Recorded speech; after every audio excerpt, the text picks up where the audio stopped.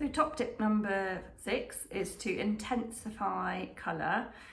by adding more and more of the same on top of itself. So for instance, in this watercolour of a snowdrop, you can see it bright white snowdrops, but you can see the background is layers and layers of a darker, increasingly darker blue layered on top. So the back layer, which is the biggest layer that goes right to the corners, is the lightest blue, the most watery blue, and then on top of that you've got layers and layers and layers of colour just building up,